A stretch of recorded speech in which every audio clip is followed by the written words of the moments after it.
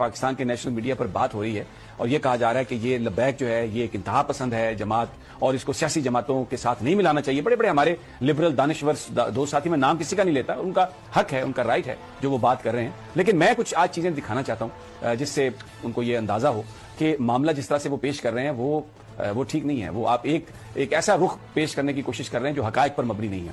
سب سے پہلے تو آ جائیں کہ جناب یہ جو دھرنے تھے یہ کیوں دیے گئے. سب سے پہلے کہ یہ جو مارچ کی ہے تحریک لبیک نے, کیا یہ واقعی وہ اسٹیٹ کے خلاف بغاوت تھی؟ یعنی ریٹ کو چیلنج کرنے سے مراد تو یہ ہے نا کہ آپ نے بغاوت کی, لیکن کیا وہ واقعی بغاوت تھی؟ آ جاتے ہیں. سب سے پہلا جو دھرنا تھا یہ انہوں نے 8 نومبر 2017 کو دیا. اور یہ کیوں دیا؟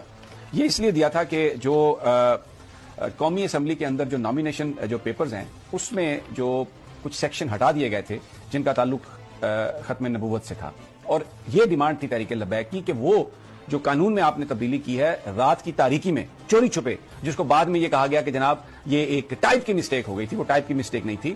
وہ لابی جو جنہیں ہم کہتے ہیں جو قادیانیوں کے نمائندے ہیں, وہ ان کے لیے کچھ آسانیاں حاصل کرنا چاہتے تھے اور اس پر تحریک لبیک نے پہلا دھرنا دیا. اب یہ مجھے بتائیے کہ یہ کہاں پر ریاست کی جو رٹ ہے اس کو وہ چیلنج کر رہے تھے. حکومت نے اپنی غلطی مانی اور زاہد احمد استعفیٰ دینا پڑا. پھر اس کے بعد دوسرا جو دھرنا تھا وہ اگست 2018 میں اس وقت انہوں نے دیا جب ہالینڈ کے رکن پارلیمنٹ گیرٹ ولڈر نے یہ کہا کہ جو متنازع خاکیں ہیں, جو نبی پاک صلی اللہ علیہ وسلم کی شان میں جو گستاخی ہو رہی ہے, وہ ان خاکوں کی ایک نمائش کرانا چاہتے ہیں, جس پر یہ جو بڑی بڑی سیاسی جماعتیں ہیں خاموش رہیں, کسی نے کچھ نہیں بولا.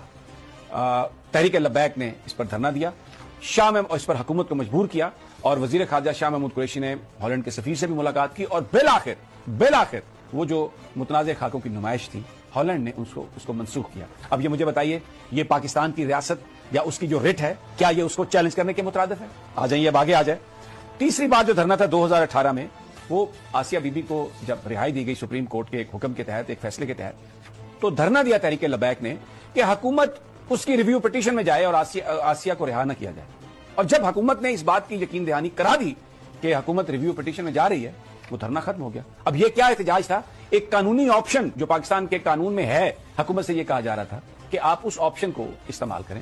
اب مجھے بتائیے یہ کہاں سے, میں یہ اپنے ان تمام لبرلز جو روزانہ رات کو بیٹھ کے ایک بڑا جمکٹا لگا کے اور پتہ نہیں کیا کیا باتیں کرتے ہیں, ان سے میرا یہ سوال ہے, مجھے یہ بتائیے کہ اس میں کہاں حکومت پاکستان یا ریاست پاکستان کی رٹ کو چیلنج کیا گیا؟ یہ اس کو آپ بغاوت کیسے کہہ سکتے ہیں؟ پھر جو آخری جو 3 دھرنے ہیں, 4 نومبر 2020 میں فرانسیسی سفیر کو نکالنے کے لیے کیا گیا.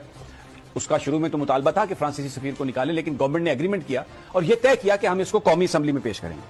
پھر گورنمنٹ کے کہنے پر, ان کی بات ماننے پر وہ